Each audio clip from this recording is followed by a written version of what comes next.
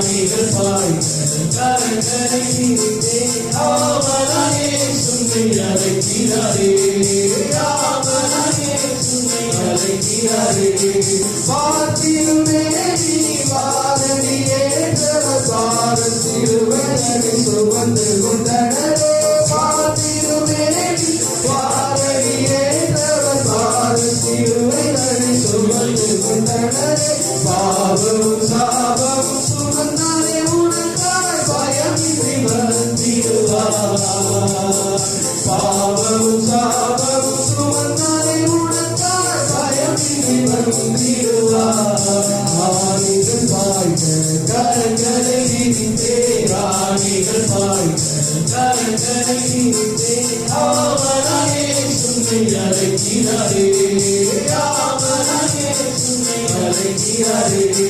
மயக்கிடுவாயும் மாயையின் இன்பம் நயத்தாலே உந்தனை நாசமாக்கிடுமே மயக்கிடுவாயும் மாயையின் இன்பம் நயத்தாலே உந்தனை நாசமாக்கிடுமே உடனே உன்னதரந்தை சரக்குருவாய் தருணம் உடனே உன்னதரந்தை சரக்குருவாய் தருணம் ஆடிகள் பாய்ந்த கரங்களை விரித்தே ஆடிகள் பாய்ந்த கரங்களை விரித்தே ஆவலாயே சுமை அழைக்கிறாரே ஆவலாயே சுமை அழைக்கிறாரே திருவடி வாசல் அடைந்திடும் முன்னே மரணத்தின் சாயலில் இணைந்திடுவாரே திருவடி வாசல் அடைந்திடும் முன்னே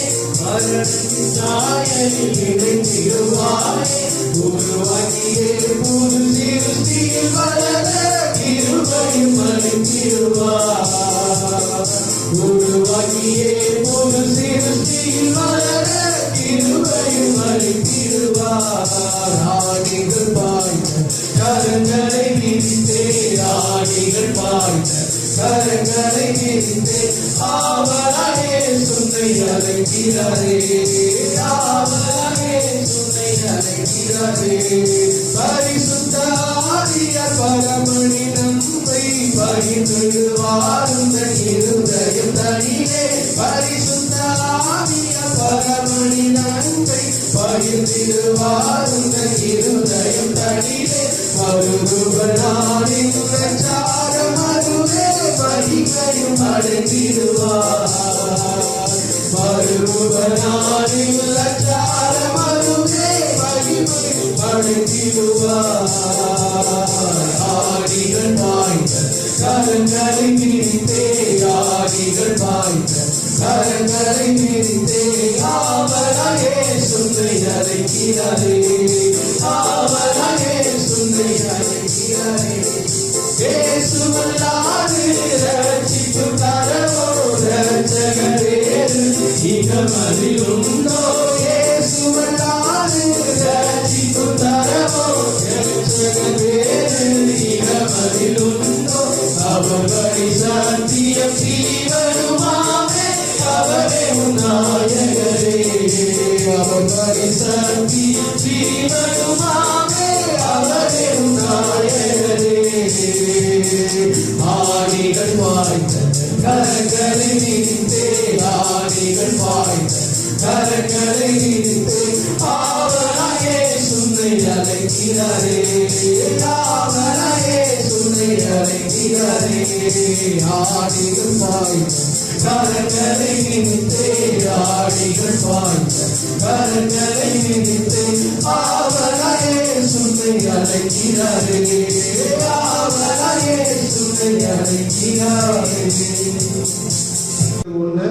துன்மார்க்கருடைய ஆலோசனையில் நடவாமலும் பாவிகளுடைய வழியில் இல்லாமலும் பரியாசக்காரர் உட்காரும் இடத்தில் உட்காராமலும் கர்த்தருடைய வேதத்தில் பிரியமாயிருந்து இரவும் பகலும் அவருடைய வேதத்தில் தியானமாயிருக்கிற மனுஷன் பாக்கியவான். அவன் நீர்க்கால்களின் ஓரமாய் நடப்பட்டு தன் காலத்தில் தன் கனியை தந்து இலையுதிராதிருக்கிற மரத்தை போல் இருப்பான். அவன் செய்வதெல்லாம் வாய்க்கும். துன்மார்க்கரோ அப்படி இராமல் காற்று பறக்கடிக்கும் பதரை போல் இருக்கிறார்கள். ஆகையால் துன்மார்க்கர் நியாய தீர்ப்பிலும் பாவிகள் நீதிமான்களின் சபையிலும் நிலைநிற்பதில்லை. சேர்ந்து வாசிக்கிறார். கர்த்தர் நீதிமான்களின் வழியை அறிந்திருக்கிறார், துன்மார்க்கரின் வழியோ அழியும். அன்பு பேருக்கணும் எங்கள் நல்ல தகப்பனே துதிக்கிறோம், ஸ்தோத்திரிக்கிறோம். மட்டும் பாட துதிக்க நீர் கிருபை செய்த தயவுக்காக நாங்கள் நன்றி செலுத்துகிறோம். இந்த செய்தி பகுதியும் கூட தேவரீர் ஆசீர்வதிப்பீராக. எங்களுக்கு ஏற்ற வார்த்தைகளை தகப்பனே நீர் பேசும்படியாக நாங்கள் ஜெபிக்கிறோம். ஆண்டவரே உடைய கிருபை நிறைந்த வார்த்தைகள், எங்களை உயிர்ப்பிக்கிற வார்த்தைகள். ஆண்டவரே உமக்கு ஸ்தோத்திரம். நீர் எங்களோடு கூட பேசுவீராக. தூரத்துக்கும் சமயத்துக்கும் தேவனாக இருக்கிறவர். ஆண்டவர் இந்த செய்தியை கேட்குற ஒவ்வொருவருக்குள்ளும் நீர் கிரியை செய்ய முடியாது நாங்கள் ஜெபிக்கிறோம். அவர்களுடைய ஆவி ஆத்மா சரமெல்லாம் உயிர்ப்பிக்கத்தக்கதா ஆண்டவரே பரத்திலிருந்து உடைய வார்த்தைகள் எங்களுக்கு கட்டளையிடுங்கப்பா. ஒப்பு கொடுக்கிறோம், தாழ்த்துக்கிறோம். இரட்சகர் இயேசு கிறிஸ்துவின் நாமத்தினால் ஜெபிக்கிறோம் எங்கள் நல்ல பிதாவே, ஆமென். ஆண்டவருடைய பரிசுத்த நாமம் மகிமைப்படுவதாக. இன்னைக்கு ஓசியா தீர்க்கதரிசி புத்தகத்திலிருந்து நாம் ஒரு தியானத்தை செய்ய போகிறோம். ஓசியா தீர்க்கதரிசியின் புத்தகத்திலே இஸ்ரவேல் மக்களுக்கு தேவன் சொன்ன வார்த்தைகளை நாம் வாசித்து நாம் தியானித்து இந்த கூட்டத்தை நிறைவு செய்ய போகிறோம். ஓசியா தீர்க்கதரிசி யார் யாருடைய காலங்களில் ஊழியம் செய்தான் என்பதை முதல் வசனம் நமக்கு பேசுகிறது. 1ஆம் அதிகாரம் 1 வசனத்தை நாம் வாசிக்க கேட்கலாம். யூதா தேசத்து ராஜாக்களாகிய உசியா, யோதாம், ஆகாஸ், எசேக்கியா என்பவர்களின் நாட்களிலும் யோவாசின் குமாரனாகிய எஸ்ரேலின் ராஜாவாகிய யெரொபெயாம் என்பவரின் நாட்களிலும் பேயோரின் குமாரனாகிய ஓசியாவுக்கு உண்டான கர்த்தருடைய வசனம். ஏறக்குறைய 4 ராஜாக்கள், யூதேய ராஜாக்கள், 4 ராஜாக்களுடைய ஆட்சியின் காலத்தில் தேவனுடைய மனுஷனாகிய ஓசியா இஸ்ரேலிய மக்களுக்கு தீர்க்க தரிசனங்களை பேசினான். அதே நேரத்தில் இஸ்ரவேலில் ஆட்சி செய்த ராஜாவுடைய பெயர் யெரொபெயாம். யெரொபெயாமுடைய நாட்கள் தான் வடநாடு தென்னாடு என்று சொல்லி சமஸ்த இஸ்ரவேல் சாம்ராஜ்யம் 2ஆக பிரிக்கப்பட்டது.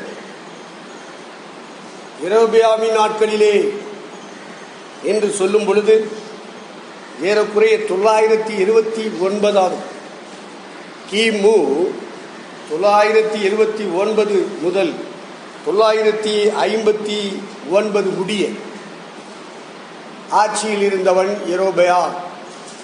அவனுடைய நாட்கள் இஸ்ரவேல் தேசத்திலே ஓசியா தீர்க்கதரிசனம் சொன்னான். அதே நேரத்தில் அவன் இஸ்ரவேல் மக்கள் மத்தியிலே தீர்க்கதரிசனம் சொன்னாலும் அந்த காலகட்டத்தில் யூதேயா தேசத்தில் தென்னாட்டில் ஆட்சி புரிந்த யூதேய ராஜாக்கள் 4 பேர். அதைத்தான் நாம் வாசிக்க கேட்டோம். உசியா, யோதாம், ஆகாஸ், எசேக்கியா. அவர்கள் தென்னாட்டிலே எருசலேமிலே அவர்கள் ஆட்சி செய்த காலகட்டத்தில் இஸ்ரவேல் தேசத்தில் ஓசியா தீர்க்கதரிசியை கொண்டு கர்த்தர் பேசிக் கொண்டிருக்கிறார். அப்பொழுது இஸ்ரவேல் தேசத்தை சமாரியாவாய் தலைநகராக கொண்டு ஆட்சி செய்தவன் இந்த யெரொபெயாம்.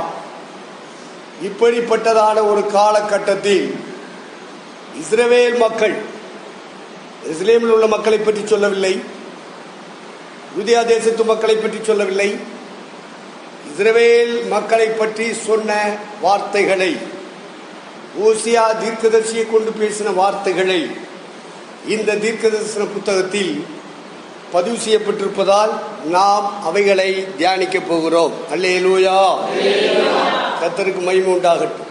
தீர்க்கதரிசி ஓசியாவை நடைமுறைப்படுத்தும் ஒரு அடையாளத்தோடு அந்த தீர்க்கதரிசியை தேவன் உபயோகப்படுத்துகிறார். இது புதிய ஏற்பாட்டின் காலத்திலே ஏற்க முடியாத ஒரு விஷயம். ஓசியாவை அழைத்து சோரம் போன ஒரு ஸ்திரீயை நீ திருமணம் செய்து கொள்ள வேண்டும், அவள் மூலமாய் பிள்ளைகளை பெற்றுக்கொள்ள வேண்டும் என்று ஆண்டவர் ஓசியாவிடத்தில் சொல்லுகிறார். இந்த சோரம் போன ஸ்திரீயை நீ மனைவியாக பெற்றுக்கொண்டு அவள் மூலமாய் பிள்ளைகளை பெற்றெடுப்பாய். இது போல இஸ்ரேலிய மக்களுக்கு நான் அடையாளங்களாக, அற்புதங்களாக நான் உன்னை நிறுத்துகிறேன், நீ சாட்சி.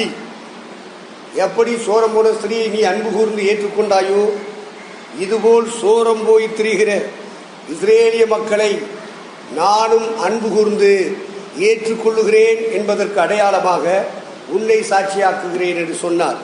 அது அந்த காலத்துக்கு சரி, இந்த காலத்துக்கு அது ஏற்கப்படாது. புதிய ஏற்பாட்டினுடைய விஷயங்கள் வேறு, பழைய ஏற்பாட்டின் விஷயங்கள் வேறு. தேவனுக்கு மகிமை உண்டாகட்டும். யூதேயா ராஜாக்கள் 4 ஏறக்குறைய ஒரு 52 ஆண்டுகள் ஓசியா தீர்க்கதரிசியின் ஊழியத்தின் காலங்கள். ஆண்டவர் சொன்னது போலவே அவர் சோரம் போன ஸ்திரீயை சேர்த்துக்கொண்டு ஒரு ஆண் பிள்ளையை 2 பெண் பிள்ளையை, 2 ஆண் பிள்ளையை ஒரு பெண் பிள்ளையை பெற்றெடுக்கிறார். கர்த்தருக்கு ஸ்தோத்திரம். அவைகளுக்கு பேரிடுகிறார். இதே போல நான் இஸ்ரவேல் மக்களையும் யூதேயா தேசத்து மக்களையும் நான் அன்பு கூர்ந்து சேர்த்துக் கொள்வேன் என்பதை அவர்களுக்கு சொல்லிக் கொடு என்று கர்த்தர் ஊழியக்காரனை கொண்டு பேசுகிறார். கர்த்தருக்கு மகிமை உண்டாகட்டும். ஆனால் இவர்கள் என்னென்ன விஷயத்தில் ஆண்டவருடைய கோபத்திற்கு ஆளாக்கப்பட்டார்கள் என்பதை இந்த தீர்க்கதரிசன புஸ்தகம் விவரிக்கிறது. பல்வேறு விஷயங்களை விவரித்தாலும் நாம் ஒரு 7 விஷயங்களை சுருக்கமாக நாம் தியானிக்க போகிறோம். ஓசியா தீர்க்கதரிசி புத்தகத்தில் 4ஆம் அதிகாரத்தில் 12வது வசனத்தை நாம் வாசிக்க கேட்போம். என் ஜனங்கள் கர்த்தரிடத்தில் ஆலோசனை கேட்கிறார்கள், அவருடைய கோல் அவர்களுக்கு செய்தியை அறிவிக்கும் என்றிருக்கிறார்கள். பேசித்தன ஆவி அவர்களை வழிநடத்தி திரிய பண்ணிற்று. அவர்கள் தங்கள் தேவனுக்கு கீழ்ப்படியாமல் சோரமாக்க போனார்கள். அடுத்து 15வது வசனம்.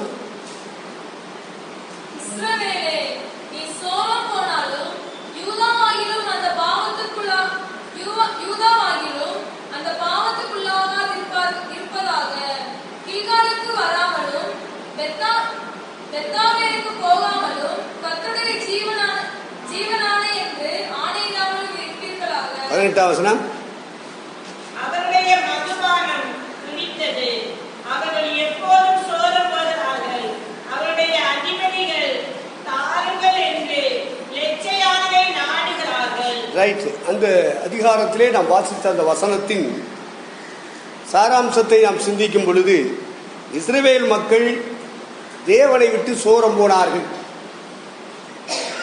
இந்த சோரம் போன வாழ்க்கை இஸ்ரேல் மக்கள் மத்தியில் காணப்படுகிறது.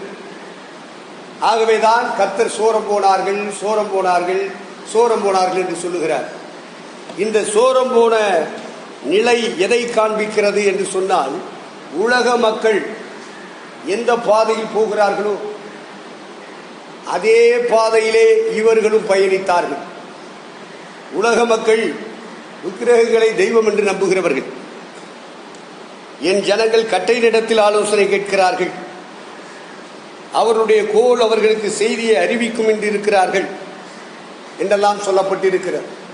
விக்கிரக ஆராதனைகளும் வேசித்தனங்களும் பெருகி இருப்பது உலக மக்கள் மத்தியிலே.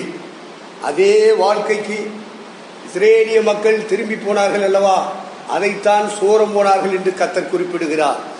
கர்த்தருக்கு மகிமை. கர்த்தரால் தெரிந்து கொள்ளப்பட்ட கர்த்தருடைய பிள்ளைகளும் கர்த்தரால் தெரிந்து கொள்ளப்படாத அவிசுவாசிகளும் 2 பேருடைய வாழ்க்கை ஒன்று போல் இருப்பதனாலே அவர் சோரம் போன வாழ்க்கைக்கு இஸ்ரேலிய மக்கள் போய்விட்டார்கள் என்று சொல்லுகிறார். உலகத்தோடு ஒத்து போகிற ஒரு வாழ்க்கை, விக்கிரக வழிபாட்டோடு நெருங்கி போகிற ஒரு வாழ்க்கை, அந்த வேசித்தன வாழ்க்கையோடு நெருங்கி போகிற ஒரு வாழ்க்கை. வேசித்தனமும் விக்கிரக ஆராதனையும் ஒன்று போல கிரியை செய்யும் உலக மக்கள் மத்தியில் அதிலிருந்து அவர்கள் தப்புவது அரிது. அடுத்து எந்த காரியமானாலும் அவர்களுக்கு கஷ்டம் நஷ்டம் வந்துருச்சுன்னா சாமின்னு சொல்லிட்டு அந்த சிலைகளுக்கு முன்பாக, விக்கிரகங்களுக்கு முன்பாக, சொரூபங்களுக்கு முன்பாகத்தான் போய் விழுந்து கதறுவார்கள். அவர்கள் கண்ணீரை சிந்துவார்கள், அவர்கள் பிரார்த்தனை செய்வார்கள். இதே இடத்திற்கு மீட்கப்பட்ட தேவனுடைய பிள்ளைகள், இஸ்ரவேலிய மக்கள், எகிப்திலிருந்து கொண்டு வரப்பட்ட கர்த்தருடைய பிள்ளைகள், செங்கடலை கடந்த கர்த்தருடைய பிள்ளைகள், வனாந்தரத்திலே கொண்டு வந்து கர்த்தரால் அற்புதமாக போஷிப்பிக்கப்பட்டவர்கள், உடுத்துவிக்கப்பட்டவர்கள், அற்புதமான முறையிலே தேவனால் கொண்டு போகப்பட்டவர்கள், அவர்களுடைய ஜீவியத்தையே இவர்களும் செய்கிறார்கள். ஆகவேதான் கர்த்தர் ஓசியா தீர்க்கதரிசியின் காலத்தில், ரோபியாவுடைய ஆட்சியின் காலத்தில் சோரம் போனார்கள் என்று அந்த மக்களுக்கு தெரியப்படுத்து என்று கர்த்தர் ஓசியாவை உபயோகப்படுத்தினார். ஓசியா கர்த்தர் சொன்ன வார்த்தைகளை வாழ்க்கையின் மூலமாகவும் வெளிப்படுத்தினார், வார்த்தைகளின் மூலமாக வெளிப்படுத்தினார். அல்லேலூயா, ஆண்டவருக்கு மகிமை உண்டாகட்டும். ஆகவே சோரம் போன வாழ்க்கை என்பது ஆவிக்குரிய வழிகளை விட்டு பூமிக்குரிய வழிகளுக்கு நேராக திரும்புவது, பரலோக வழியை விட்டு இந்த பூலோக வழிக்கு நேராக திரும்புவது. ஆகவே பூலோக வழியிலே கடந்து போகிறவர்கள் அவிசுவாச மக்கள், ஒன்றான மெய் தெய்வத்தை விசுவாசிக்காதவர்கள், பரலோகத்தில் இருக்கிற பரலோக தேவனை நம்பாதவர்கள். அவர்கள் அந்த தேவனை அறியாததினாலே தான் சாமி சிலைகளை செய்கிறார்கள், அதை வழிபடுகிறார்கள். ஆனால் பரலோகத்திலே ஒரு தேவன் இருக்கிறார், அவர்தான் அகிலாண்டத்தையும் படைத்த இறைவன். அவர் மேல்தான் நம்பிக்கை வைக்க வேண்டும், அவர் மேல்தான் விசுவாசம் வைக்க வேண்டும், அவரை நோக்கித்தான் மன்றாட வேண்டும், பிரார்த்தனை செய்ய வேண்டும், ஜெபிக்க வேண்டும் என்கிற அறிவு இருக்குமானால் கண்டிப்பாக விக்கிரகங்களை நம்ப மாட்டார்கள், சிலைகளை நம்ப மாட்டார்கள், சொரூபங்களை நம்ப மாட்டார்கள். அவைகள் தனக்கு செய்தி தரும், தன்னோடு பேசும் என்று அவர்கள் காத்திருக்க மாட்டார்கள். கட்டையினிடத்தில் அவர்கள் ஆலோசனை கேட்கிறார்கள், அவர்களுடைய கோல் அவர்களுக்கு செய்தியை அறிவிக்கும் என்று இருக்கிறார்கள். பேசித்தன ஆவி அவர்களை வழி தப்பி திரிய பண்ணிற்று. அவர்கள் தங்கள் தேவனுக்கு கீழ்ப்பட்டிருக்காமல் சோரமார்க்கும் போனார்கள். ஆகவே ரட்சிப்பை பெறாதவர்கள், ஸ்நானம் எடுக்காதவர்கள், அபிஷேகத்தினால் நிரப்பப்படாதவர்கள், ஆண்டவருடைய சபைக்குள்ளே கொண்டு வரப்படாதவர்கள், ஆண்டவருடைய ராஜ்யத்தின் மேலும் ஆண்டவர் மேலும் ஒன்றான மெய்தேவன் மேலும் நம்பிக்கை இல்லாதவர்கள் போகிற பாதையிலே இந்த அனுபவங்களை பெற்றவர்களும் திரும்பும் பொழுது அவர்களை பார்த்து கர்த்தர் சொல்லுகிறார், சோரம் போனார்கள் என்று சொல்லுகிறார். இந்த சோரம் போன வாழ்க்கை யாருக்குள்ளே இருந்தாலும் அவர்கள் மேலும் தேவன் அன்பு கூறுகிறார் என்பதற்கு அடையாளம் தான் ஓசியா சோரம் போன ஸ்திரீயை சேர்த்து கொண்டது. அல்லேலூயா, கர்த்தருக்கு மகிமை. எவ்வளவுதான் விலகி விலகி போனாலும் இறைவன் தம்முடைய அன்பை வெளிப்படுத்திக் கொண்டே இருக்கிறார். ஆண்டவர் இயேசு கிறிஸ்து சிலுவையிலே ரத்தம் சிந்தி பலியாகி அடக்கம் பண்ணப்பட்ட பிறகு மரணத்தையும் பாதாளத்தையும் ஜெயித்து அவர் உயிரோடு எழுந்து பரவேறி போயிருக்கிறவர் தம்முடைய ஜனங்கள் எந்த அளவுக்கு தன்னை விட்டு விலகி சோரம் போனாலும், உலக மக்களோடு உலக மக்களாக ஒரு வாழ்க்கையை விரும்பி ஓடினாலும் கர்த்தர் அவர்கள் மேல் தம்முடைய அன்பை இன்னும் எடுக்கவில்லை. அவர்களை இன்னும் நேசித்துக் கொண்டிருக்கிறார், அவர்களை அழைத்து கொண்டிருக்கிறார். அல்லேலூயா.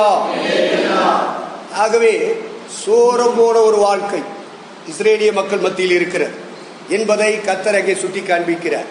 அடுத்தபடியாக நாம் வாசிக்கிறோம் 4ஆம் அதிகாரத்திலே 16வது வசனத்தை வாசிப்போம். இஸ்ரவேல் அழகான கிடாரியை போல் அழகாதிருக்கிறது. இப்போது கர்த்தர் அவர்கள் விஸ்தாரமான வெளியிலே ஆட்டுக்குட்டியை போல் மேய்த்து அடைய பண்ணுவார். இஸ்ரவேல் அடுத்து சொல்ற அந்த ஜனங்கள், இஸ்ரவேல் மக்கள் தேவனை ஆராதிக்க வேண்டிய ஜனங்கள், ஒன்றான மெய் தெய்வத்துக்கு சாட்சி பகர வேண்டிய ஜனங்கள். அவர்களை பார்த்து சொல்லுகிறார், ஒரு அடங்காத கிடாரி. முதலாவது சொன்னார் சோரம் போய்விட்டார்கள். இரண்டாவதாக ஒரு பெயர் இடுகிறார் அந்த மக்களுக்கு, அடங்காத கிடாரி. இஸ்ரவேல் அடங்காத கிடாரியை போல் அடங்காது இருக்கிறது என்று சொல்லுகிறார். அப்படின்னா என்ன? கர்த்தர் என்ன ஆலோசனை கொடுக்கிறாரோ, கர்த்தர் என்ன வார்த்தைகளை கொடுக்கிறாரோ அவர் வார்த்தைகளை கொடுக்கிறார், அவர் ஆலோசனைகளை கொடுக்கிறார், அவர் செய்தியை கொடுக்கிறார். ஆண்டவர் செய்ய வேண்டிய வேலைகளை அவர் செய்கிறார் தம்முடைய ஜனத்துக்கு. ஆனால் இவர்களோ அந்த வார்த்தைகளை கேட்காதவர்கள் போல போய்விடுகிறார்கள். அவர்கள் கண்டும் காணாமலும் கேட்டும் கேளாமலும் இருதயத்திலே மனம் திரும்பாமலும் இருக்கும்படி அவர்களுடைய இருதயம் கொழுத்திருக்கிறது என்று ஏசாயா தீர்க்கதரிசி நன்றாய் சொல்லி இருக்கிறான் என்று இயேசு பூமியில் இருந்தபோது குறிப்பிட்டார். அவருடைய காலகட்டத்திலும் இஸ்ரேலிய மக்கள் அப்படித்தான் இருந்தார்கள். ஓசியா காலம் இயேசுவுக்கு முன்னே உள்ள காலம். ஏறக்குறைய கிமு 800வது நூற்றாண்டில் இருந்து 696 ஆண்டுகள் வரை ஓசியா தீர்க்கதரிசி தீர்க்கதரிசனம் உரைத்தார் என்று சொல்லப்பட்டிருக்கிறது. 4 ராஜாக்களின் ஆட்சி காலத்தில். அந்த காலத்திலேயே இஸ்ரேலிய மக்களுடைய போக்குகள் எப்படி இருந்தது என்பதை கர்த்தர் அங்கே விவரித்து காண்பிக்கிறார். அடங்காதது என்று சொன்னால் கர்த்தருடைய வார்த்தைக்கு கீழ்ப்படியாத இடத்தை காண்பிக்கிறார். 1 பேதுரு 5ஆம் அதிகாரம் 7ஆம் வசனத்தை நாம் வாசிக்கும் பொழுது 6ஆம் வசனம் வாசிங்க.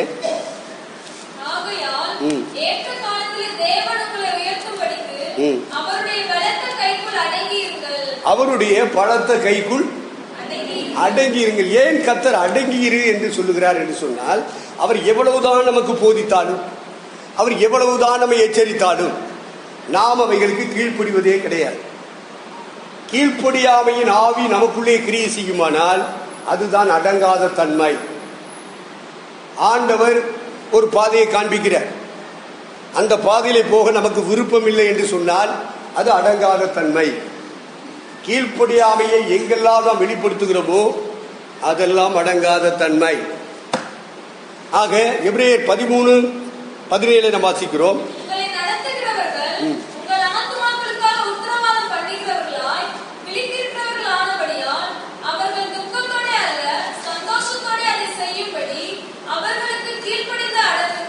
அடங்கி இருங்கள், அடங்கி இருங்கள் என்று கர்த்தர் சொல்லுகிறார். நாம் முதலாவது தேவனுக்கு அடங்கி இருக்க வேண்டியவர்களாக இருக்கிறோம். அப்படின்னா கீழ்ப்படிய வேண்டிய இடத்தில் இருக்கிறோம் என்று பொருள்.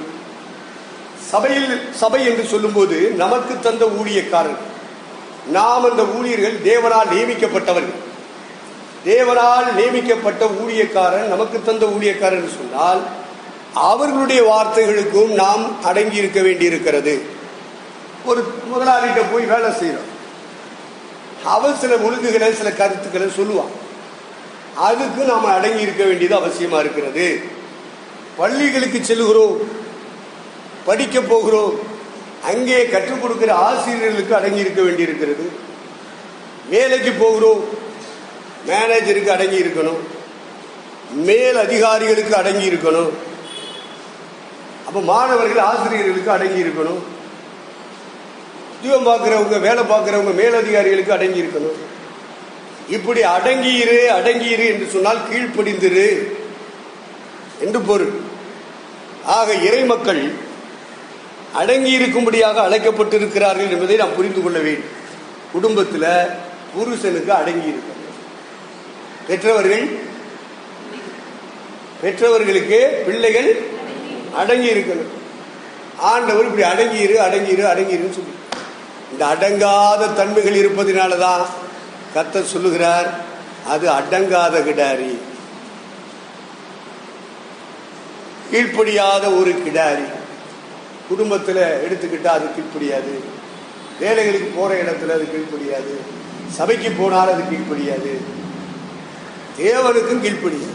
தேவன் எதுக்கெல்லாம் கீழ்ப்படியன்னு சொன்னாரோ அதுல எதுக்கு ஒண்ணுக்கு கீழ்ப்படியாட்டாலும் அது தேவனுக்கு கீழ்ப்படியவில்லை, அடங்கவில்லை. ஆகவே கர்த்தர் இஸ்ரேலிய மக்களை, தம்முடைய ஜனங்களை பார்த்து சொல்லுகிறார், அடங்காத கிடாரி. நாம் அடங்கி இருக்க வேண்டிய இடங்கள், யாருக்கு அடங்கி இருக்க வேண்டும் என்பதையெல்லாம் வேதம் நமக்கு தெளிவாக விவரிக்கிறது. Right, okay. அடுத்து நாம் 7ஆம் அதிகாரம் 8 முதல் சில வசனங்களை வாசிப்போம்.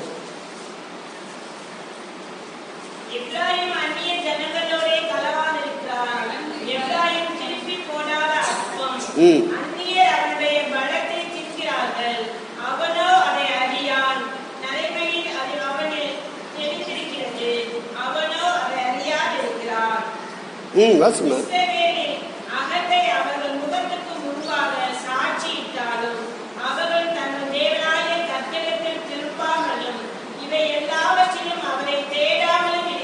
சரி, இங்கே எப்ராயிம் அந்நிய ஜனங்களோட கலந்திருக்கிறான் என்று சொல்லிவிட்டு அடுத்து சொல்லுகிறார், அது திருப்பி போடாத அப்பம். சில பேர்களை கொடுக்கிறார் அவருடைய மீட்கப்பட்ட ஜனங்களுக்கு. அவர்கள் கர்த்தரை விட்டு விலகி சோரம் போன வாழ்க்கைக்குள்ளே பிரவேசிக்கும் பொழுது சோரம் போனவர்கள் அப்படிங்கிறாரு. அடுத்து அடங்காத இடாரி அப்படின்றாரு. இப்போ ஆண்டவர் என்ன சொல்றாரு? திருப்பி போடாத அப்ப. ஒரு பக்கம் வெந்தது, அதான் திருப்பி போடாத அப்ப. ரெண்டு பக்கமும் வேகணும். ஒரு பக்கம் வெந்து ஒரு பக்கம் வேகாம இருக்கிறது, அதுதான் திருப்பி போடாத அப்பம் என்று கர்த்தர் சொல்லுகிறார். தம்முடைய ஜனங்களை, தம்முடைய சபையை பார்த்து கர்த்தர் திருப்பி போடாத அப்பம் என்று சொல்வதற்கு முன்னாடி என்ன சொல்றாரு? எப்ராயிம் அந்நிய ஜனங்களோட கலந்திருக்கிறான். அப்படின்னா என்ன அர்த்தம்? அவனை நான் வேறு பிரிக்கிறேன், எகிப்திய மக்களோடு கலந்து வாழக்கூடாது என்று சொல்லி அங்கிருந்து நான் வேறு பிரித்து கொண்டு வந்திருக்கிறேன். ஆனா அந்த ஜனங்கள் வேறு பிரிக்கப்பட்ட வாழ்க்கைக்கு தங்களை ஒப்புவிக்கவில்லை. அவர்கள் அந்நிய ஜனங்களோடு கலந்திருக்கிறார்கள், உலக மக்களோடு கலந்திருக்கிறார்கள். அவர்கள் வேறுபாட்டின் ஜீவியத்தை காத்துக்கொள்ளவில்லை. உலகத்தோடு ஒத்துப்போகிற வாழ்க்கையிலே அவர்கள் போய்கொண்டிருக்கிறார்கள். அதான் அந்நிய ஜனங்களோடு. அந்நிய ஜனம்னா ரட்சிக்கப்படாதவர்களோடு சம்பந்தம் கலக்கிறது. சம்பந்தம் தான் பெருசா தெரியும். வேறுபட்டு நிற்கணும் அப்படிங்கிற சத்தியத்துக்காக வாழ்றது கிடையாது. கர்த்தருக்கு ஸ்தோத்திரம். ஆக இஸ்ரவேல் மக்களுக்கு ஆண்டவர் சொன்னார், அந்நிய ஜனங்களோடு கலக்கக்கூடாது. அப்போ அப்போஸ்தலர் 2:40 சொன்னார். பேதுரு முதல் பிரசங்கத்திலே சொன்னார், நீங்கள் மாறுபாடு உள்ள சந்ததியை விட்டு உங்களை ரட்சித்துக் கொள்ளுங்கள் என்று அப்போஸ்தலர் 2:40 தெளிவா பேசினார்.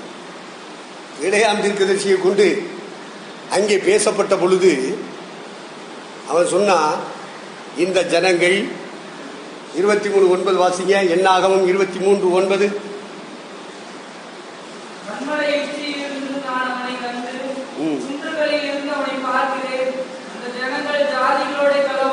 ஜாதிகளோட கலவாதவர்கள், ஜாதிகளோட கலவாதவர்கள். அவர் வாழ்க்கையை தனியா தெரியணும்.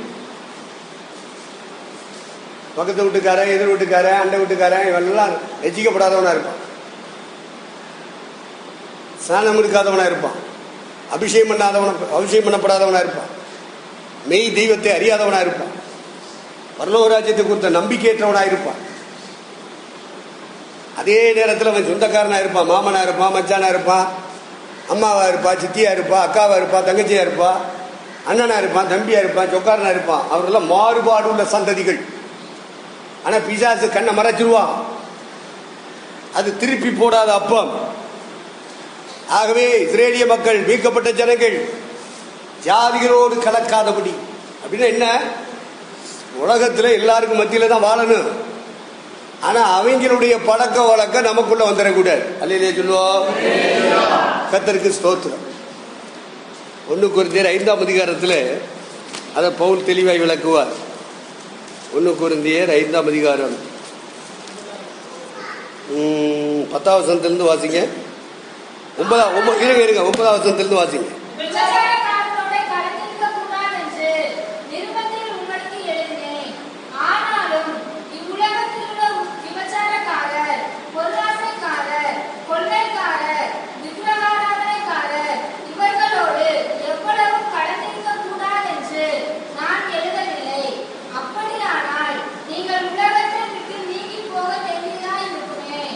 நான் உங்களுக்கு எழுதினது என்னவென்றால், சகோதரன் என்னப்பட்ட ஒருவன் விபச்சாரக்காரனையாவது, பொருளாசைக்காரனையாவது, விக்கிரகாராதனைக்காரனையாவது, உதாசீனனையாவது, வெறியனையாவது, கொள்ளைக்காரனையாவது இருந்தால் அவனோட கலந்திருக்க கூடாது.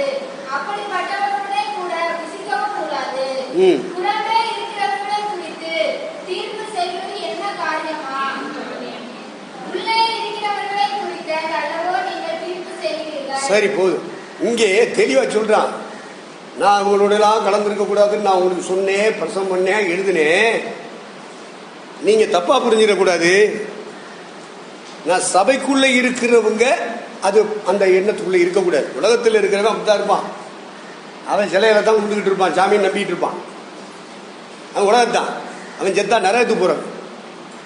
ஆனா சத்தியத்தை நம்புறவன், பரலோகத்தை நம்புறவன், அகிலாண்டத்தையும் படைத்த இறைவன் ஆவியாயிருக்கிறார், அவரை ஆவியோடு உண்மையோடு தொழுது கொள்ள வேண்டும் என்ற அறிவை பெற்றவன். அறிவில்லாதவன் அப்படி செய்யலாம். இந்த வேத சத்திய அறிவை பெற்றவன் எப்படி விக்கிரக ஆராதனைக்காரோடு ஒத்து போக முடியும்? ஆகவே அவன் சொக்காரனாக இருந்தாலும் சொந்தக்காரனாக இருந்தாலும் அவர்களோடு சம்பந்தம் கலக்கக்கூடாது. அல்லேலூயா, கர்த்தருக்கு மகிமை உண்டாகட்டும். ஆகவே இந்த சம்பந்தம் கலக்கிறதுல இருந்து நீ வேறுபட்டு தான் நிற்கணும். சொத்து போயிரும், ஜாதி போயிரும், சொந்தம் போயிரும் அப்படின்றதுக்காக சபையை தூக்கி வீசி, சத்தியத்தை தூக்கி வீசி, சத்திய தேவனை தூக்கி வீசும் பொழுது அது திருப்பி போடாத அப்பம். அல்லேலூயா. அப்ப எப்போ ஒரு மனுஷன் கர்த்தருடைய பிள்ளை, தேவனுடைய மனுஷன் எப்போ திருப்பி போடாத அப்பம் என்று கர்த்தரால் கடிந்து கொள்ளப்படுகிறான் என்று சொன்னால், சொந்தத்துக்காக, ஜாதிக்காக, பணத்துக்காக, சொந்த ரத்தத்துக்காக சபையவே தூக்கி வீசிடுவாங்க, சத்தியத்தை தூக்கி வீசிடுவாங்க, இயேசுநாதருடைய அந்த வார்த்தையை தூக்கி வீசிடுவாங்க. அவங்களுக்கு தேவை சொந்தம், அவங்களுக்கு தேவை பந்தம், அவங்களுக்கு தேவை சமுதாயம், அதை பிரியப்படுத்துவாங்க. ஆனா இங்க வந்து கையையும் தட்டுவா, இங்க வந்து ஆவியிலையும் நம்புற மாதிரி அந்நியவாதியும் பேசுவா. ஆண்டவர் நம்புவாரா? அது வேறொரு ஆவி. அவங்க நம்புறது வேறொரு இயேசுவை. 2 கொரிந்தியர் 11:4 வாசிங்க. ஜெபம் பண்ணுகிற போதாவது இப்படி எனில் உங்களிடத்தில் வருகிறவன் நாங்கள் பிரசங்கியாத வேறொரு இயேசுவை பிரசங்கித்தானால், அல்லது நீங்கள் பெற்றிருக்காத வேறொரு ஆவியையும் நீங்கள் ஏற்றுக்கொள்ளாத வேறொரு சுவிசேஷத்தை பெற்றீர்களானால் நன்றாய் சகித்திருப்பீர்களே. அங்கே அப்ப 1ஆம் நூற்றாண்டிலேயே வேறொரு இயேசு வந்துட்டாரு. ஆனா இயேசு தான் சொல்லுவாங்க அந்த ஊழியக்காரங்க, அந்த விசுவாசி.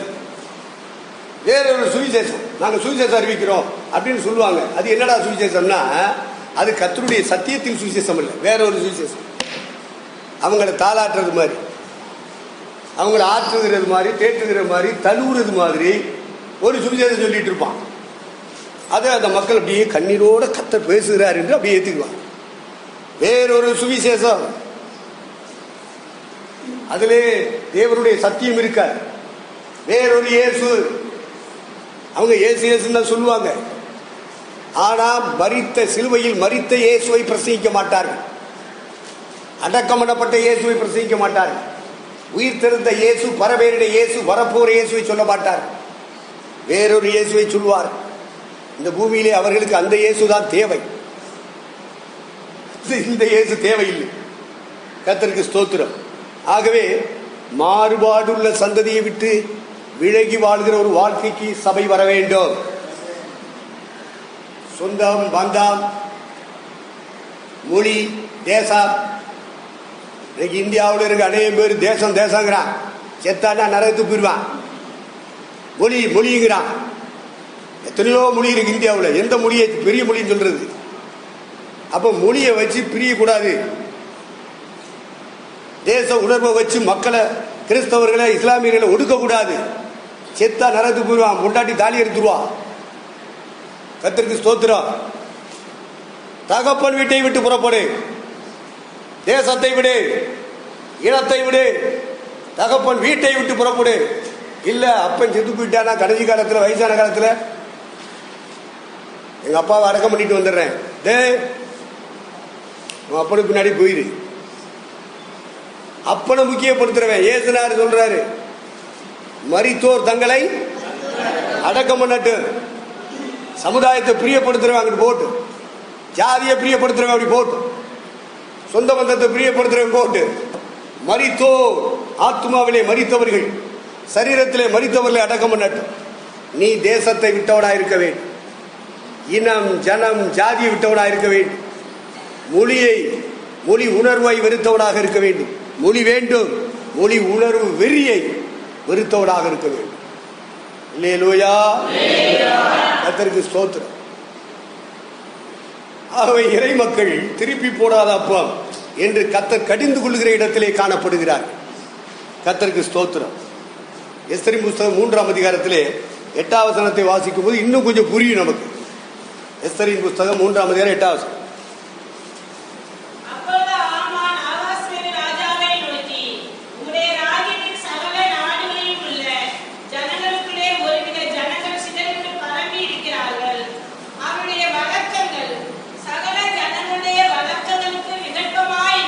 விகற்பமாய் இருக்கணும். சபையினுடைய பழக்க வழக்கங்கள், அவர்கள் வாழ்ந்து கொண்டிருக்கிற சமுதாய மக்களுடைய பழக்க வழக்கங்களுக்கு விகற்பமா இருக்கணும். ஒத்து போச்சுன்னா நீ நரகம் தான் கன்ஃபார்ம்.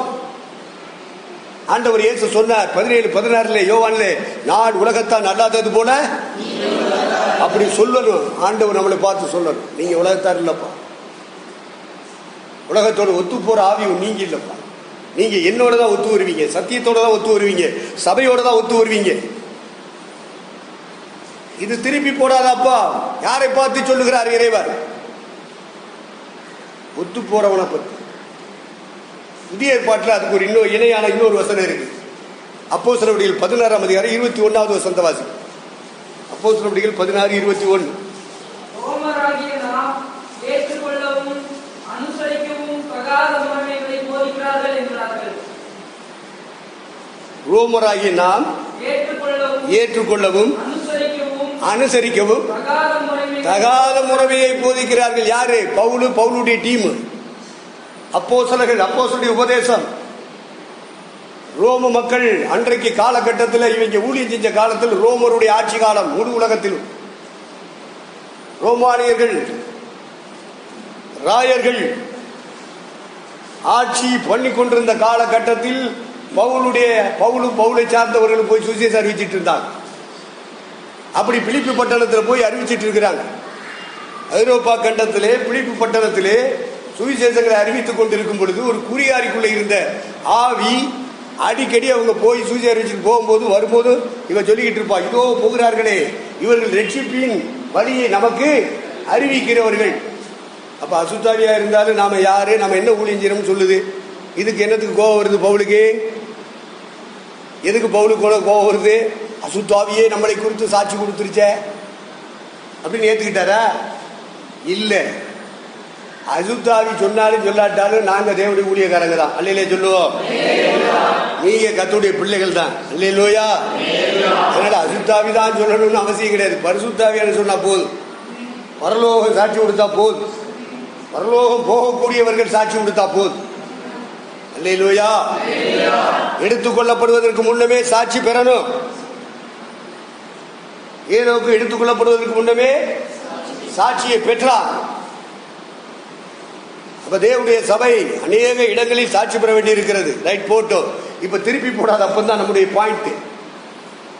அப்ப அங்க சொல்லுகிறார், ரோமர்கள் ஆண்டு கொண்டிருந்த காலத்தில் எல்லா இடங்களிலும் ரோமானிய முறைமைகள் கற்றுக் கொடுக்கப்பட்டது. கிரேக்கர்கள் ஆட்சி பண்ணிட்டு இருந்த காலத்திலே உலகம் முழுவதிலும் கிரேக்கர்களுடைய பழக்க வழக்கங்கள் கற்றுக் கொடுக்கப்பட்டது. மேதிய பெர்சியர்கள் ஆட்சி பண்ண காலத்திலே அவர்களுடைய பழக்க வழக்கங்கள் உலக மக்களுக்கு கற்றுத்தரப்பட்டது. பாபிலோனியர்கள் ஆட்சி செய்த காலத்திலே அவருடைய பழக்க வழக்கங்கள் உலக மக்களுக்கு கற்றுத்தரப்பட்டது. அசீரியர்கள் ஆட்சி செய்த காலத்திலே அவருடைய பழக்க வழக்கங்கள் கற்றுத்தரப்பட்டது. எகிப்தியர்கள் ஆண்ட காலத்திலே எகிப்திய கலாச்சாரம் பண்பாடு கற்றுத்தரப்பட்டது. அதுதான் பழக்க வழக்கங்களாக மக்களுக்குள்ளே இருந்தது. இப்போ தேவனுடைய சபை ஸ்தாபிக்கப்பட்டு விட்டது. பரிசுத்த ஆவியானவர் சபையிலே இறங்கிவிட்டார். பரலோகத்தினுடைய பழக்க வழக்கங்களை உடையவர் ஒரு கூட்டம். புதிய ஏற்பாட்டு இஸ்ரவேலர்கள், இவருடைய பழக்க வழக்கம், இவர்கள் வாழ்ந்து கொண்டிருக்கிற அந்த சமுதாயத்தின் மத்தியிலே அனுசரிக்கவும் ஏற்றுக்கொள்ளவும் முடியாத ஒரு விஷயத்தை தான் ஒரு ஆவிக்குரியவர் செய்வார். ஒரு ஆவிக்குரியவன் செய்வார். கரங்களை வைத்து அலையிலே சொல்லுவோம். அவங்கதான் ஆவிக்குரியவங்க. உலகத்தோடு ஒத்து போக மாட்டான், சமுதாயத்தை பிரியப்படுத்த போக மாட்டான், ஜாதியை பிரியப்படுத்த போக மாட்டான். என்ன அவனுக்கே தெரியும். சமுதாயத்துக்காரன் சொல்லணும், என்னடா உலகத்தில் இல்லாத பழக்க வழக்கம், அனுசரிக்கவும் ஏற்றுக்கொள்ளாத முறைமை சொல்லணும். உலகத்தான் சொல்லணும், ரட்சிக்கப்படாதவன் சொல்லணும், ஒரு சொக்காரன் சொல்லணும். இல்ல இல்ல, நம்ம விரும்புறபடி எல்லாம் இவங்க நடந்துக்குருவாங்க. அதுவும் கல்யாணத்துல தெரியும் நீ ஒரிஜினலா டூப்ளிகேட்டா. திருமண பந்தங்கள் வருது பாருங்க, அப்ப கண்டுபிடிக்கலாம். சாவு வருது பாரு, அப்ப கண்டுபிடிக்கலாம். பிள்ளைகளுக்கு, வாலிப பிள்ளைகளுக்கு, பொம்பளை பிள்ளைங்களுக்கு ஏஜ் அட்டன் பண்றாங்கல்ல, அப்ப கண்டுபிடிக்கலாம். கர்த்தருக்கு ஸ்தோத்திரம். மரணத்திலும் திருமணத்திலும் ஏஜ் அட்டன் பண்ற விஷயத்திலும் வீடுகளை கட்டி குடி போகிற நேரத்திலும் அந்த இடங்கள் வரும்போது தான் ஒரிஜினல் யாரு, நடிக்கிறது யாரு சபையில அப்படின்னு கண்டுபிடிக்க முடியும். கர்த்தர் அப்பதான் கண்டுபிடிப்பார். அவர் பரீட்சித்து அவர் தீர்ப்பு வழங்குவார். கரங்களை வைத்து அல்லேலூயா சொல்லுவோம். அப்ப ஒரு ஆள் மேல தேவனுடைய ஆவியானவர் தங்கி இருக்கிறாரா இல்லையா? அவங்க சத்தியத்தின் பாதையில போய்கிட்டு இருக்காங்களா இல்லையா? இது திருப்பி போடாத அப்பமா அப்படின்னு கர்த்தர் சொல்ற இடம் இப்படிப்பட்ட இடங்கள் தான். இங்க வந்து கையை தட்டுறது, அந்நியவாதம் பேசுறது, அப்புறம் அங்கிட்டு போன உடனே அந்த ஜனங்களோட கலந்துக்கிறது. அப்படிதானே வாசிச்சீங்க? எப்ராஹிம் 8ஆம் வசனம் திரும்ப வாசிங்க. 7ஆம் அதிகாரம் 8ஆம் வசனம்.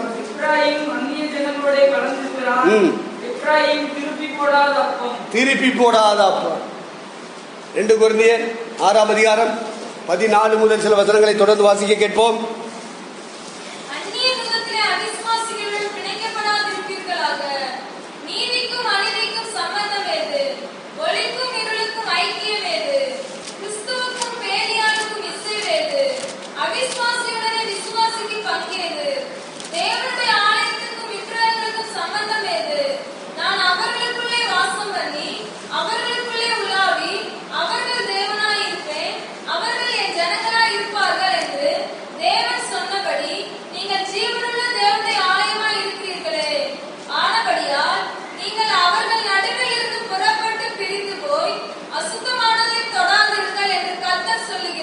அசுத்தமானதை தொடாதவர்கள் அவங்க அசுத்தர்கள். ரட்சிக்கப்படாதவங்க உனக்கு சொந்தக்காரனா இருக்கலாம், உன் ஜாதிக்காரனா இருக்கலாம், உன் சமுதாயக்காரனா இருக்கலாம், உன் தேசத்துக்காரனா இருக்கலாம். Be Indian, buy Indian, make in India எல்லாம் சொல்லலாம். இறைவனுக்கு பிரியமா வாழ்ந்தா தான் இந்தியா விட்டு போகும்போது கர்த்தர் ஏத்துக்கிடுவார். இறைவன் இயேசுவுக்கு மாறாக, அவருடைய வார்த்தைக்கும் சத்தியத்துக்கு மாறாக வாழ்ந்துட்டா, நீ தேசத்துக்காக வாழ்ந்தா என்றாலும், நீ மொழிக்காக வாழ்ந்தா என்றாலும், நீ ஒரு சமுதாயத்திற்காக, ஒரு ஜாதிக்காரனுக்காக, சொந்தக்காரனுக்காக வாழ்ந்தா என்றாலும், தேவனால் நியாயம் தீர்க்கப்பட்டு கண்டிப்பா கன்ஃபார்ம்டு உறுதியான தீர்ப்பு நரகா. அந்த நரகத்துக்கு தப்ப முடியாது. சோத்திரம். அவங்கள விட்டு வேறு பிரிஞ்சு வாழ்றதுனால அவங்க உன்னை தூசிப்பாங்க, அவன் உன்னை குறை சொல்லுவான், அவன் உன்னை வெறுப்பான், உன்னை தள்ளுவான். அப்பத்தான் ஆண்டவர் உன்னை ஏற்றுக்கொள்வார். கரங்களை வைத்து அல்லேலூயா சொல்லுவா. நீ கர்த்தரை ஏற்றுக்கொள்ளுகிற மாதிரி நீ அவங்க வெறுக்கிற மாதிரி நடக்கணும், நடக்க வேண்டும். உன் பழக்க வழக்கம், உன்னுடைய காரியங்கள் அவங்களுடைய பாரம்பரியங்களுக்கும் கலாச்சாரத்துக்கும் பண்பாட்டுக்கும் எதிராக இருக்கும்போது அவர்கள் எதிரிகளாக மாறுவார்கள், உன்னை தூசிப்பார்கள், உன்னை புறக்கணிப்பார்கள். ஓ விஷயத்தில் நல்லது கெட்டது விஷயங்களை அவங்க பங்கெடுக்க மாட்டாங்க. டோன்ட் வரி, அதை பற்றி நீ கவலைப்படாத. கர்த்தர் உன் கூட இருப்பார்.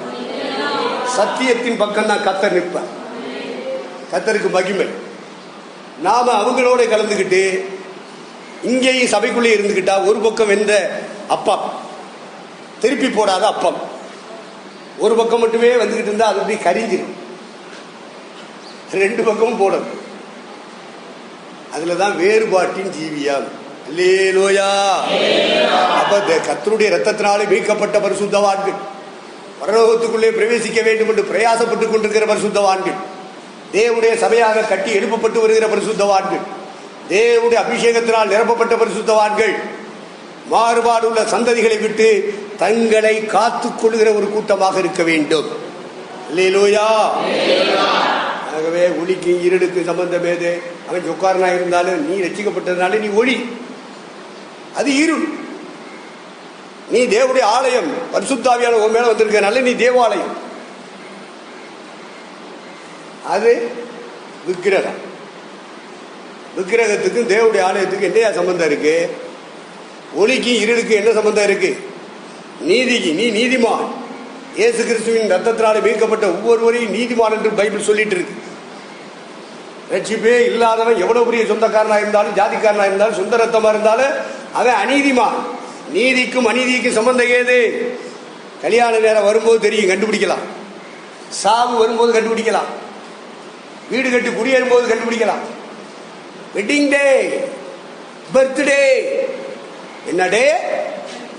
என்னடே? அப்ப கண்டுபிடிக்கலாம். கரங்களை வச்சு அல்லையில சொல்லுவோம். நீ என்ன ஆட்டம் ஆடுற? இந்த பக்கம் வெந்தந்தூளம் இங்க வந்து உட்கார்ந்துருக்க. அப்புறம் அங்க போன உடனே வேகாத அப்பமா நிக்கிற. அப்ப கத்தர் உன்னை திருப்பி போடாத அப்பம்னு சொல்லாம எப்படி சொல்லுவாரு? கத்தருக்கு சோத்திரம். தேவனுடைய சபை உலக மக்கள் மத்தியில் இருந்து வேறு பிரிக்கப்பட்ட கூட்டா. அந்நிய ஜனங்களோடு கலவ மாட்டான், அவன் ஜாதிகளோடு கலவாதவன். அப்படின்னா என்ன? அந்த கலாச்சாரத்தோடு, அந்த பண்பாட்டோடு, அந்த பாரம்பரியங்களோடு தொடர்பே இல்லாம வெட்டி நிற்கிறான் பாரு. அதான் தேவனுடைய சபை. கரங்களை தலையில சொல்லுவோம். இந்த களிமேல் என் சபையை அவர் கட்டுகிற சபை இப்படிதான் இருக்கும். கர்த்தருக்கு ஸ்தோத்திரம். சங்கீதங்களின் புஸ்தகம் 50ஆம் அதிகாரம். சங்கீதங்களின் புஸ்தகம் 50 16ஆம் வசனத்திலிருந்து சில வசனங்களை வாசிக்க கேட்கலாம். உன்னதமானவருக்கும் பொருத்தனைகளை செலுத்தி ஆபத்து காலத்தில் என்னை நோக்கி கூப்பிடு, நான் உன்னை விடுவிப்பேன். 16 அதுக்கு அடுத்த வசனத்திலிருந்து வாசிக்க. தேவன் துன்மார்க்கனை நோக்கி, தேவன் துன்மார்க்கனை நோக்கி நீ என் பிரமாணங்களை எடுத்துரைக்கவும் என் உடன்படிக்கையை உன் வாயினால் சொல்லவும் உனக்கு என்ன நியாயம்? யார துன்மார்க்கன்னு சொல்றாரு? இங்க சபைக்குள்ள வந்தா ரசிக்கப்பட்டேன், ஞானதானம் எடுத்தேன், அபிஷேகம் பண்றேன், அந்நியவாத பதிலையும் சொல்றது. அங்க துன்மார்க்கனோட கோஆபரேட் பண்ணிக்கிறது, ரசிக்கப்படாதவனோட கோஆபரேட் பண்ணிக்கிறது. அவருடைய பழக்க வழக்கங்களோடு, அவருடைய சடங்குகளோடு, அவங்களுடைய சம்பிரதாயங்களோடு, அவங்க பாரம்பரியங்களோடு அங்க கோஆபரேட் பண்ணிக்கிறது. ஏன்? நாளைக்கு நல்லது கெட்டது வேணும், நாளைக்கு நம்ம போகணும், நாளைக்கு அவங்க வரணும். இயேசுநாதர் வேண்டாம், இயேசுநாதருடைய சபை வேண்டாம், சத்திய வேண்டாம், அவங்க வேணும். நடிக்கிறவங்களை கண்டுபிடிக்கணும். நீங்க நாம நடிச்சுக்கிட்டு இருந்தா ஆகா நம்ம நடிச்சுக்கிட்டு இருக்கோம், அதை விட்டு மனம் திரும்பிடணும். தேவன் துன்மார்க்கனை பார்த்து சொல்லுகிறார். என்ன சொல்றாரு? என் பிரமாணங்களை எடுத்துரைக்க. இப்படிப்பட்ட ஊழியக்காரன் நிறைய பேர் இருக்கான். சமுதாயத்தை பிரியப்படுத்துற ஊழியக்காரன், ஜாதிக்காரனை பிரியப்படுத்துற ஊழியக்காரன். அவன் இந்த சமுதாயத்துக்கு மட்டும்தான் ஊழியம் செய்வான், இயேசுநாதருக்கு ஊழியம் செய்ய மாட்டான்.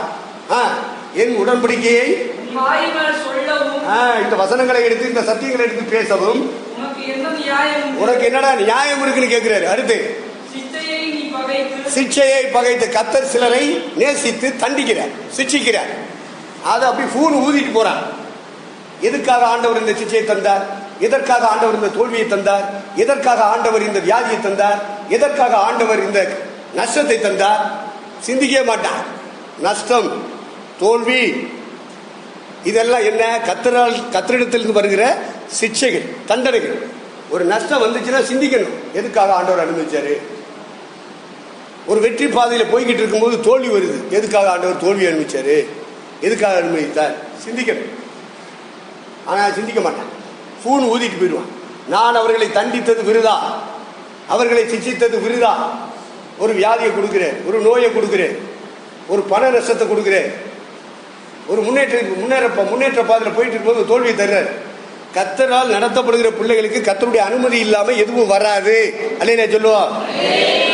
அப்ப உன் வாழ்க்கையில ஒரு தோல்வி வந்தா, உன் வாழ்க்கையில ஒரு நஷ்டம் வந்துச்சுன்னா, உன் வாழ்க்கையில ஒரு வியாதி நோய் வந்துச்சுன்னா யோசிக்க வேண்டாமா?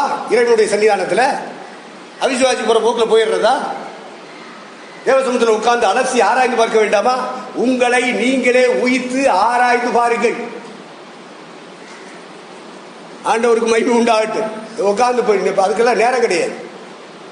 ஆகவே கர்த்தருடைய பிள்ளைகளுக்கு கர்த்தருடைய சபையை கர்த்தர் நடத்துகிறார் என்று சொன்னால் சிக்ஷைகள் அவருடைய அனுமதியின் மூலமாகத்தான் வருகிறது, நஷ்டங்கள் அவருடைய அனுமதியின் மூலமாகத்தான் வருகிறது, தோல்விகள் அவருடைய அனுமதியின் மூலமாகத்தான் வருகிறது. பிசாசுன்னு சொல்லக்கூடாது. பிசாசே நம்மளை சோதிச்சாலும் ஆண்டவர் அனுமதிச்சாதான் பிசாசு சோதிக்க முடியும். அல்லையா சொல்லுவோம்.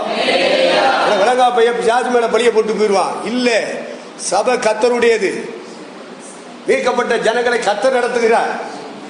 அவர் அனுமதிக்காம பிசாசு தொட முடியாது, எதிராளிகள் தொட முடியாது, வியாதி நோய்கள் தொட முடியாது, நஷ்டங்கள் தொட முடியாது, தோல்விகள் தொட முடியாது. இதையெல்லாம் மீட்கப்பட்ட தேவனுடைய சபை சந்திக்கிறது என்று சொன்னால், பரலோகத்தின் தேவன் உன்மேல் என் கண்ணை வைத்து உனக்கு ஆலோசனை சொல்லுவேன், நீ நடக்க வேண்டிய வழியை நான் உனக்கு காட்டுவேன் என்று சொன்னவர் அவர் அனுமதித்து தான் அவைகள் வருகிறது. அப்ப வந்துருச்சுன்னா என்ன செய்யணும்? உலகத்தான் போற போக்குல போக கூடாது, உலகத்தை அழுகிற மாதிரி அழுகிட்டு இருக்க கூடாது. ஆண்டவருடைய பாதத்தில் உட்கார்ந்து எப்பா எதுக்கு அனுமதிச்சீங்க? நான் என்ன தப்பு பண்ணினேன்? எந்த விஷயத்துல உங்களை விட்டு விலகினேன்? சொல்லித்தாங்க, உணர்த்துங்க, நான் மனம் திரும்புறேன்னு சொல்லணும். கரங்களை போய் தலையில சொல்லுவா. அதை விட்டுட்டு அவிசுவாசி போற மாதிரி ஓடிக்கிட்டு இருக்க கூடாது. அவிசுவாசி வேற பாதையில போயிட்டு இருப்பான். ஆனா தேவனுடைய சபை போக வேண்டிய பாதை இதுதான். இப்படித்தான் இருக்கணும், இப்படித்தான் போகணும், இப்படித்தான் பேசணும். இஷ்டப்படியெல்லாம் பேசுறதுக்கு சபை மக்களுக்கு அனுமதி கிடையாது. ஏன்னா இதுக்கு மேல கர்த்தர் இருக்கிறார். அல்லேலூயா. அப்போ துன்மார்க்கன் சில ஊழியக்காரன் பிரமாணங்களை எடுத்து பேசுகிறான். அவனை துன்மார்க்கன்னு கர்த்தர் சொல்றார். அடுத்து வாசி. சிக்ஷையை பகைக்கிறார். கர்த்தர் என்ன தண்டிச்சுட்டாரு, கர்த்தர் எனக்கு இப்படி தோல்வியை தந்துட்டாரு, என் பிள்ளை எப்படி சென்று சோதிக்கிறாரு, என் புருஷனை இப்படி சோதிக்கிறாரு, என் மனைவி எப்படி சோதிக்கிறாரு, மற்றவங்களுக்கு எல்லாம் வரல, யோபுக்கு வராத சோதனை எல்லாம் எனக்கு வந்துருச்சு. அவன் சொன்னா கர்த்தர் கொடுத்தார், கர்த்தர் எடுத்தார். அவன் மேலதான் அபிஷேகம், சரியான அபிஷேகம், ஒரிஜினல் தான். யோபுட என்ன அதிகமா சோதிக்கிறாரு. என்ன சோதிக்கிறாரு? நீ என்ன யோபுவா? அவன்கிட்ட இருந்த தெய்வ பயம் ஓன்ட்ட இருக்கா? எவ்வளவு துணிகரமா பேசிக்கிட்டு இருக்க, சண்டை போடுற, வாக்குவாதம் பண்ற. அப்புறம் யோபு ஜோதிச்ச மாதிரி ஜோதிச்சாரு, நீ எதுக்கு சொல்ற? நீ பகைக்கிறார். கர்த்தர் தண்டித்தால் அது நியாயம் என்று நீ ஏற்றுக்கொள்ள மறுக்கிறார். கர்த்தர் சிட்சித்தால் கர்த்தர் நியாயப்படிதான் சிட்சிப்பார், நீதிப்படிதான் சிட்சிப்பார். அவர் தீமைக்காக சிட்சிக்க மாட்டார், என்னுடைய நன்மைக்காகத்தான் சிட்சிப்பார் என்று மனப்பூர்வமா சந்தோஷமா ஏற்றுக்கொள்ளர். அதை விட்டுட்டு சிட்சையை பயக்கிறேன்னா கர்த்தரை பயக்கிற, கர்த்தரை குறை சொல்ற. அப்ப சிட்சையை நீ பகைத்து அடுத்து ஆண்டவர் என்னதான் பேசினாலும் சரி, வசனத்தின் மூலமா பேசினாலும் சரி, வேதம் படிக்கும் போது பேசினாலும் சரி, தரிசனத்தின் மூலமா பேசினாலும் சரி, சொப்பனத்தின் மூலமா பேசினாலும் சரி, தீர்க்கதரிசனத்தின் மூலமா பேசினாலும் சரி, குடும்பத்தில் வேலை பார்க்கிற இடத்துல சூழ்நிலைகளின் வழியாக பேசினாலும் சரி, அவருடைய பேச்சுக்களை, அவருடைய வார்த்தைகளை உனக்கு பின்னாக எரிந்து போடுகிறாய். அடுத்து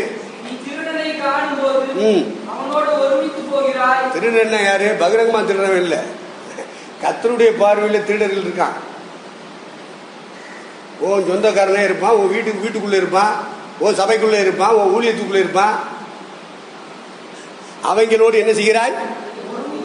ஒருமித்து. ஏன்னா நாளைக்கு அவன் வேணும், அவன் காசு பணம் வேணும், அவன் உறவு வேணும். ஆனா அவன் திருடன் நல்லா தெரியும், தெரிஞ்சு அவனோட கோஆபரேட் பண்ற.